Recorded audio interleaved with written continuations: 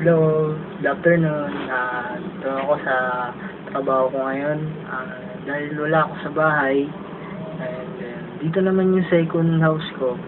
Kaya dito ko na lang kayo itutur. Dahil sa kagustuhan kong magawa yung task ni Kuya, ito.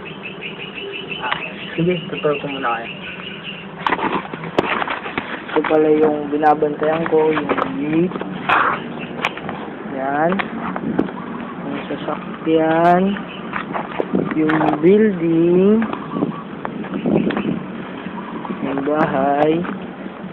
Yan. Medyo malawak din siya. Pero ayos lang. Yan naman yung playground. Yan. Pasensya na kayo ha. Dito ko lang muna kayo may tutur. Then, ito pala yung loob ng guardhouse ko. Ito yung labas.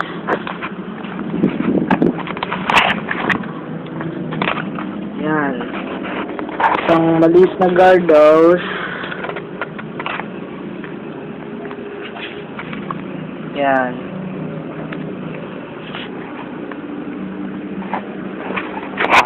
Okay. Okay.